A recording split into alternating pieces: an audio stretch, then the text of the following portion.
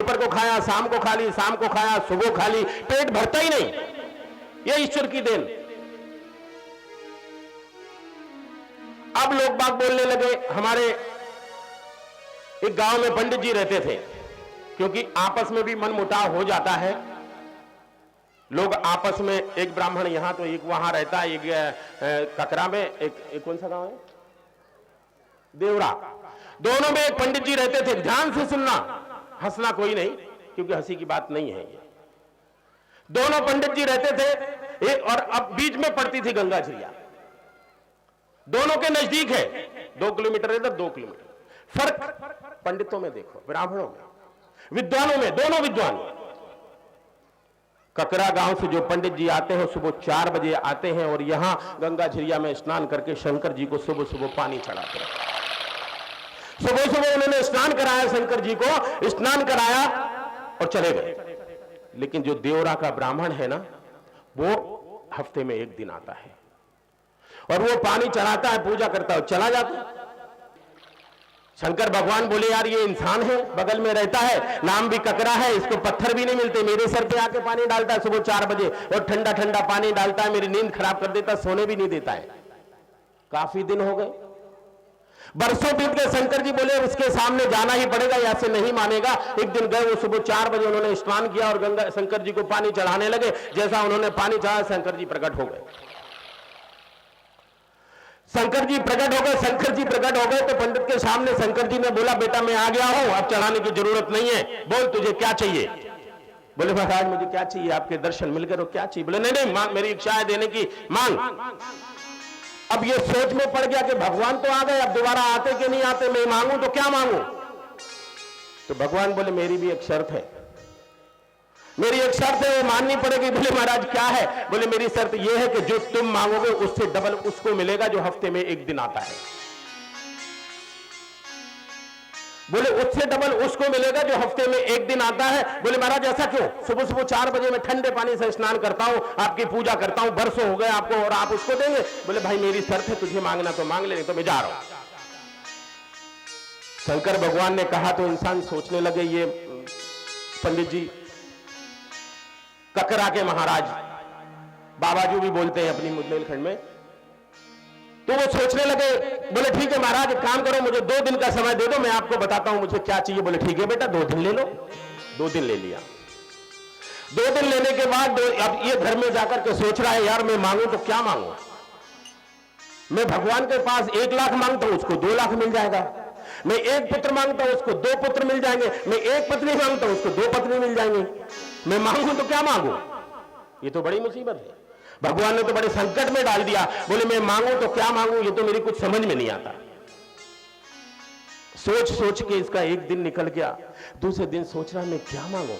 1 मकान मांगता हूं, 2 मकान उसको मिलेंगे। मैं 1 बीघा जमीन मांगता हूं, 2 बीघा उसको मिलेगा। मैं 1 पुत्र मांगता हूं तो 2 पुत्र उसको मिलेंगे। मैं 1 पत्नी मांगता हूं, 2 पत्नी वो लेके चला जाएगा। मैं तो रह गया, सुबह 4 बजे नहाते ही रह गया। मैं क्या करूं। सोचते सोचते 2 दिन हो गया। दूसरे दिन सुबह उठा, बोला होगा, देखा जाएगा, चलो। आया वापस, आने के बाद वापस नहाया। नहाने के बाद शंकर जी को जो ही पानी चढ़ाया, बोले प्रसन्न, वापस बाहर आ गए।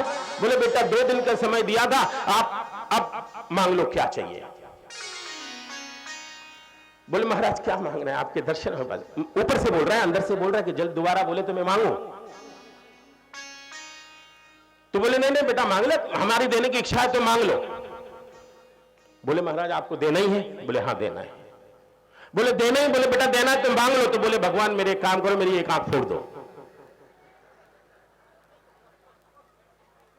बोले, क्यों बेटा 1 आंख तुम्हारी क्यों। बोले, महाराज मेरी 1 आंख फोड़ दोगे तो 1 तो रहेगी, 1 से तो मैं काम कर लूंगा, उसकी तो दोनों चली जाएंगी, वो कुछ भी नहीं कर पाएगा।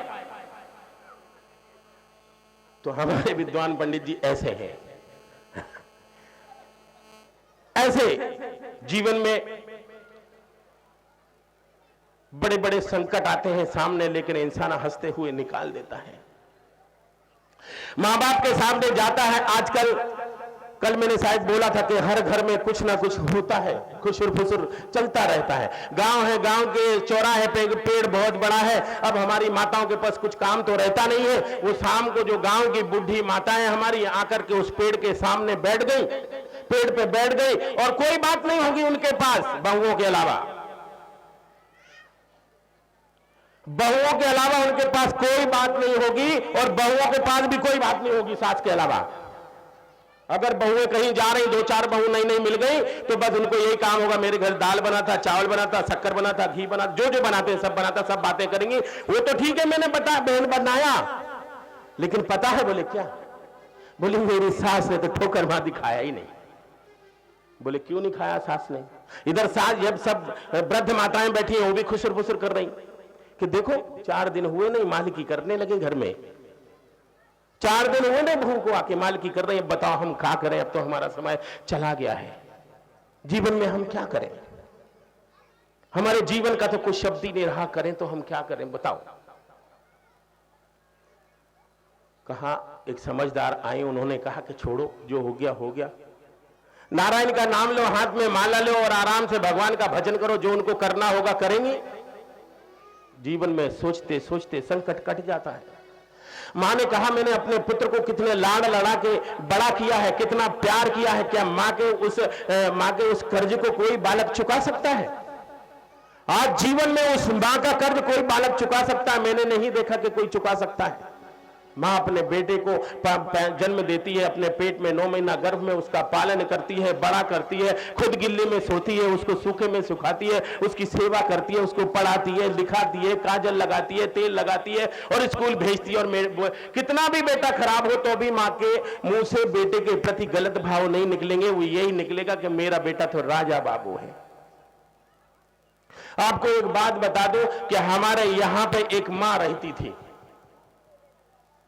बिचारी क्या करे, उसका पति का देहांत हो गया था, अकेली मां रहती थी, उसको एक पुत्र था, बालक छोटा था, क्या करे मां बेचारी गरीब थी, घर में कुछ होता नहीं था, सुबह मजदूरी करने जाती थी, मजदूरी करके आती थी, शाम को जो भी 5-10 रुपए मिलते थे उससे घर चलाती थी और बेटे को हर शौक का सामान लाके देती थी कि मेरा खूब बेटा बड़ा हो जाएगा, मेरा राजा बेटा बड़ा हो जाएगा, मुझे बुढ़ापे में सुख मिलेगा। ये मेरी मां के सपने थे। हर मां के सपने अपने बेटे के लिए लाजमी है और होता है और करना चाहिए। ये मां सोचती, सुबह सोचते हुए सो के उठती, अगर चली जाती हंसिया गेती फावड़ा लेते हुए चली जाती हार में, और जो मिट्टी का खोद खोद के काम करती थी उससे जो मिलती थी वो घर में लेकर के आती थी और बेटे को खाना खिलाती थी। खाना बना करके बेटा तो बड़ा हो गया, बड़ा होने के बाद बेटा भी खाना ना बना सका तो भी मां आती थी, दोपहर को मिट्टी डाल डाल के हाथ पैर धो के जैसे भी आती थी बेटे को बनाती थी और खाना खिलाती थी और कहती थी बेटा खा ले, मेरा बेटा बड़ा हो जाएगा, बड़ा होकर के मुझे सुख देगा, बड़ा हो जाएगा। ये मां के सपने थे। हर मां ये सपने अपने बेटे के बारे में सोचती है और सोचना भी चाहिए, लेकिन वो बेटा के अंदर देखो, मां का दिल बेटा के प्रति कितना निष्ठ है। आप देखो वो मां के अंदर, वो मां बेटे को कितना प्यार करती है, लेकिन बेटा कुछ भी करे तो भी मां उसको कभी गलत नहीं समझती है। और बेटे को कितना प्यार करते हुए मां की देखो, मां की ममता, बता रहा हूं कि मां की ममता क्या होती है, ध्यान से सुनो। जीवन में हमने बच्चा पैदा किया है, बच्चा हुआ है तो उसको संस्कार देना बहुत जरूरी है। आज के बालक नादान हैं, कहीं जाते हैं कहीं बताते हैं, माँ बाप बुढ़े हो गए तो उनकी सुनते नहीं है, चले जाते हैं। और माँ बेचारी वो मेहनत करती है, जो 2 रोटी बनाती है तो 1.5 रोटी बेटे को खिला करके आधी खा के पानी पी करके सो जाती है, लेकिन बेटे के अंदर इंसान नाम की कोई चीज नहीं है, संसार नाम की कोई चीज नहीं है, संस्कार की कि मैं अपनी माँ के प्रति क्या करूं। आज मैं बड़ा हो गया हूं, मेरी मां के लिए मैं कुछ करूं, ये बेटे ने कभी सोचा नहीं। बेटा दिन पे दिन बर्बाद होने लगा, बर्बाद हो रहा है, रोज का रोज। आज पत्ते खेलने लगा, कल कंचे खेलने लगा, गिल्ली डंडा खेलने लगा, अब पैसे से जुआ खेलने लगा, धीरे धीरे वो लड़का धीरे बर्बाद होने लगा, रोज बर्बाद हो रहा है। फिर भी मां ने यही बोला कि मेरा बेटा जैसा है अच्छा है, मेरे बेटे के जैसा कोई नहीं है। आप लोग मेरे बेटे की निंदा मत करो, मेरा बेटा बहुत अच्छा है। धीरे धीरे कई साल निकल गए, मां को सेवा करते करते बेटे की एक बड़ा जवान हो गया। बड़ा जवान होने के बाद मां बोली कि बेटा आज तू बड़ा हो गया है, मैं वृद्ध होती चली जा रही हूं, मेरी 70-80 साल की उम्र हो गई है, बेटा कुछ तो करो। उसने बोला मां मैं क्या करूं, तूने कुछ सिखाई नहीं है, मैं क्या करूं बता। धीरे धीरे वो बालक अपने गांव में जाने के बाद किसी लड़की से प्यार करने लगा और लड़की को मोहित कर लिया। उसने बोला कि मैं इस लड़की से ब्याह कर लूंगा तो मेरी जिंदगी संवर जाएगी और मेरे घर में भी एक मेरी दुल्हन आ जाएगी, मेरी मां को सुख मिलेगा। ऐसा कर करके वो लड़का उस लड़की के चक्कर में पड़ गया।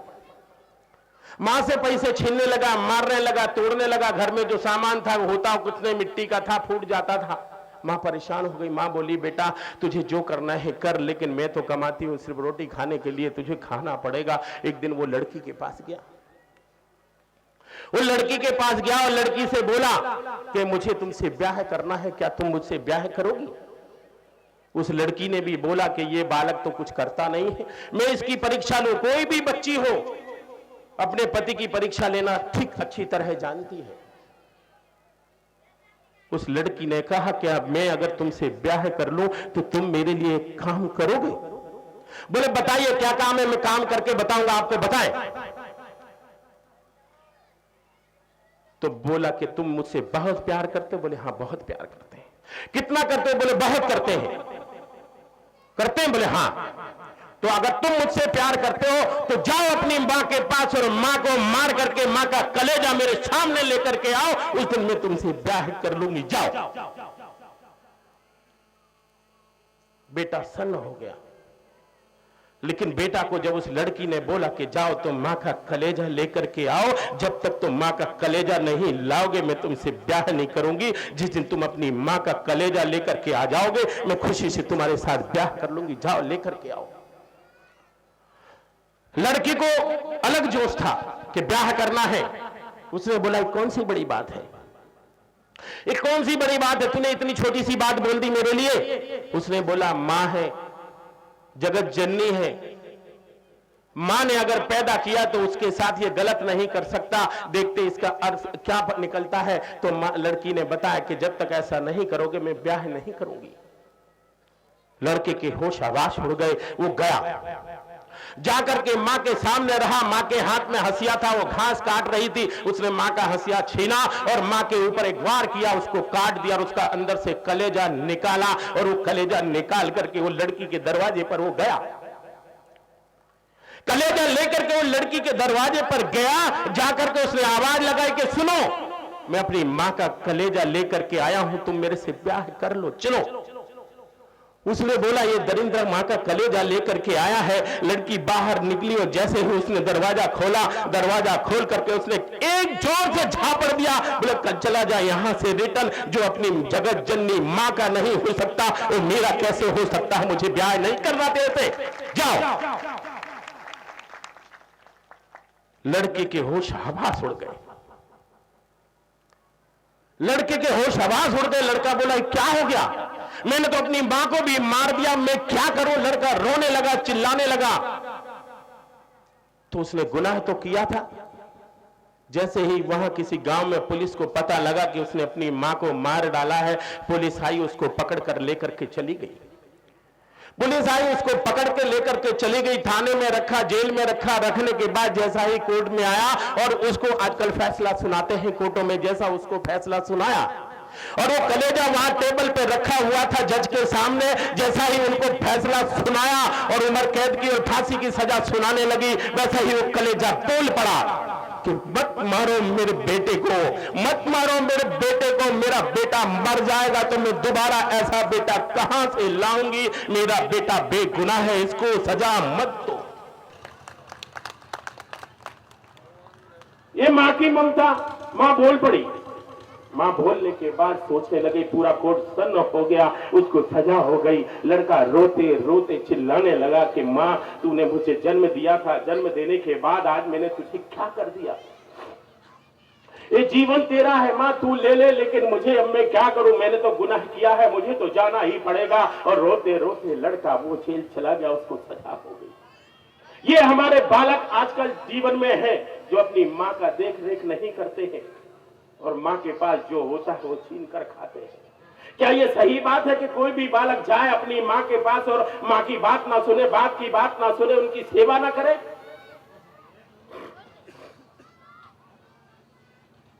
ये सही बात है? कहां का न्याय है? हम दोष देते हैं किसी बालक को छोटा सा, और हम बड़े के ऊपर कुछ बोलते नहीं हैं। हम बोलते हैं गुनहगार कौन होता है जीवन में? एक छोटा सा बालक ने जन्म लिया, जन्म लेने के बाद उसको नाली में फेंक दिया। नाली में फेंकने के बाद उसको बोला इसका तो कोई दीन ही नहीं है, ना इसकी माँ है, ना इसका बाप है, ना इसका धर्म है, ये तो कौन है? क्या उसका क्या दोष था बेचारा नन्हे बालक का, जो बालक को नाली में फेंक दिया? गुनहगार कौन है? वो बालक गुनहगार है जो 2 दिन का है, या गुनहगार वो है कि जिन्होंने उसको जन्म दिया और नाली में फेंक दिया? ये हम अपने अगर जीवन में सोचेंगे, हम अगर अपने जीवन में सोचेंगे तो हम जीवन अपना सोचते सोचते आराम से प्रभु के चरणों में जा करके आराम से अपना जीवन व्यतीत करेंगे। लेकिन हमें सोचना है, हमें करना है। हम क्या करें? जीवन में कोई ऐसा तत्व नहीं है कि हम ना कर सके। कहा गया हमारी आंखों में इतनी ताकत है कि हम पहाड़ पत्थर भी फोड़ सकते हैं, लेकिन ऐसा करें तो जीवन में हम जितने बढ़ते जाएंगे उतने घटते जाएंगे। एक समय की बात है, नारद जी ने कहा कि दुनिया के घर में मैंने लड़ाइयां करवाई, दुनिया के घर में मैंने लड़ाइयां करवाई। बोले शंकर के पास मैंने कभी लड़ाई नहीं कराई, मैं क्या करूं? मैं देखता हूं आज क्या होता है क्या नहीं होता है। शंकर जी के इधर जाता हूं, बद्रीनाथ गए, वहां पर बैठे हुए थे शंकर जी के घर में गए। जाने के बाद वहां पर गए, वो शंकर जी तो बाहर अपनी धूनी रमाए हुए बैठे थे, घर में माता पार्वती थी। वहां पे नारद जी गए। नारद जी जाने के लिए, नारद जी जैसे वहां पर गए, जाने के बाद वहां पर गए, पार्वती ने देखा कि नारद जी आए हैं। जैसे नारद जी आए हैं तो नारद जी का स्वागत किया, उनको मिठाई वगैरह लड्डू वगैरह रख दिया, खाने के लिए खिलाया। खिलाने के बाद जैसा ही किया तो नारद जी बोले कि माता ये कलयुग है, घोर कलयुग है। बोले बेटा क्या है? बोले ये घोर कलयुग है, कलयुग में माता कोई किसी का नहीं है, कोई सच बोलता ही नहीं है, जो बोलता है वो झूठ बोलता है, कोई सच बोलता ही नहीं, क्या करें क्या ना करें? बोले बेटा ऐसी क्या बात है? सच तो दुनिया बोलती है, हर पति अपनी पत्नी से सच बोलता है, पत्नी अपने पति से सच बोलती है। बोले नहीं महाराज, ऐसा आज तक कोई आदमी नहीं मिला जो सच बोलता हो। मैं क्या करूं माता श्री, मैं तो घोर कलयुग में फंस गया हूं, मैं क्या करूं? तो नारद जी ने बोला काम बन गया।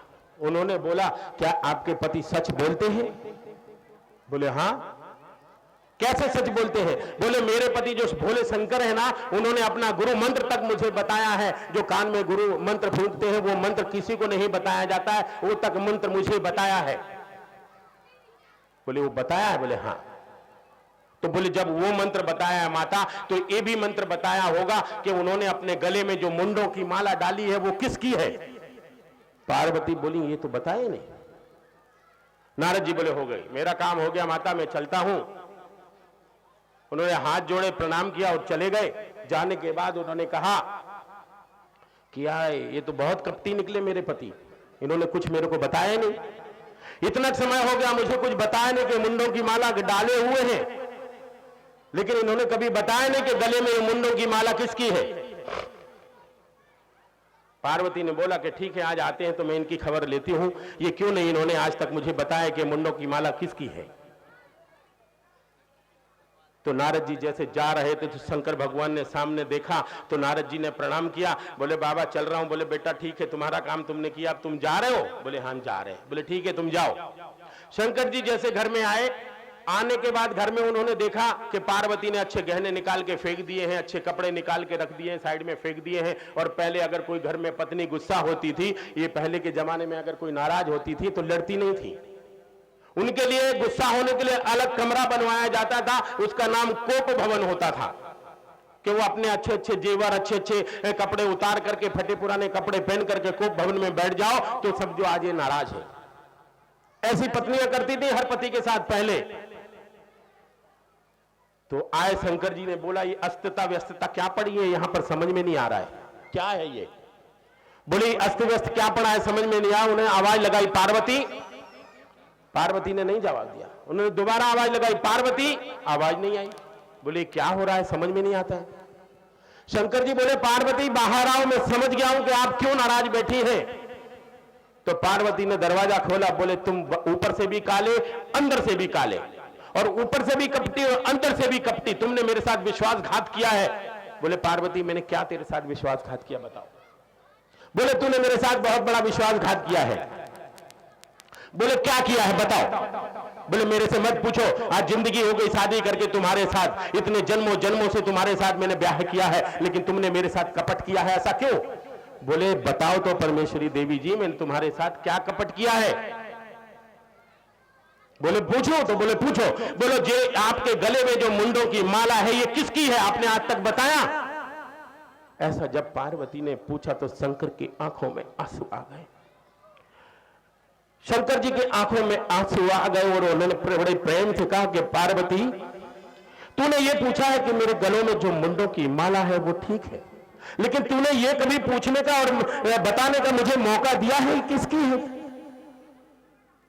बोले किसकी है तो बताओ।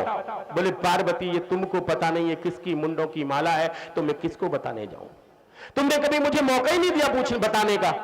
बोले ठीक है अब तक नहीं दिया लेकिन अभी तो दिया, बताओ। बोले पार्वती मैं नीलकंठ हूं, मैं शंभु हूं, मैं निराकार हूं, मैं कभी मरता नहीं, मैं कभी मरता नहीं, लेकिन तुम पार्वती हो। तुमने जितने जन्म लेकर के तुम जितने टाइम मरी और जितने टाइम तुमने दूसरा जन्म लिया और मेरे साथ तुम्हारा विवाह हुआ और जितने टाइम तुमने जो जितने जन्म लिए और हर जन्म में तुम मेरी ही पत्नी बनी, वही तुम्हारी मुंडों की माला आज मैं गले में लटका के घूम रहा हूं कि जन्म जन्मांत तक का ये रिलेशन है। जितने भी तुमने जीवन में जन्म लिए उतनी ये मुंडी की ये माला है जो मैंने आज गले में डाल के रखी है, ये मेरा प्यार है पार्वती तुम्हारे लिए। पार्वती बोली नहीं फिर तो तुम और ज्यादा कपटी निकले। बोले और ज्यादा मैं क्या कपटी हो सकता हूं पार्वती, ये तुमने कैसा सवाल किया है।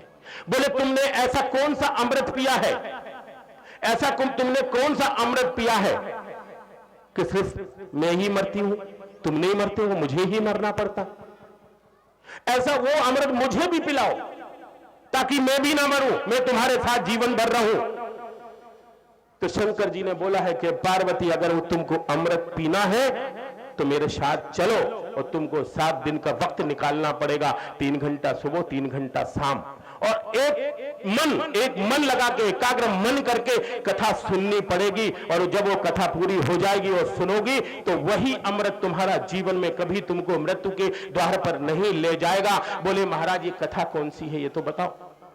बोले यही कथा है श्रीमद् भागवत रसमलायम, ये श्रीमद् भागवत कथा है।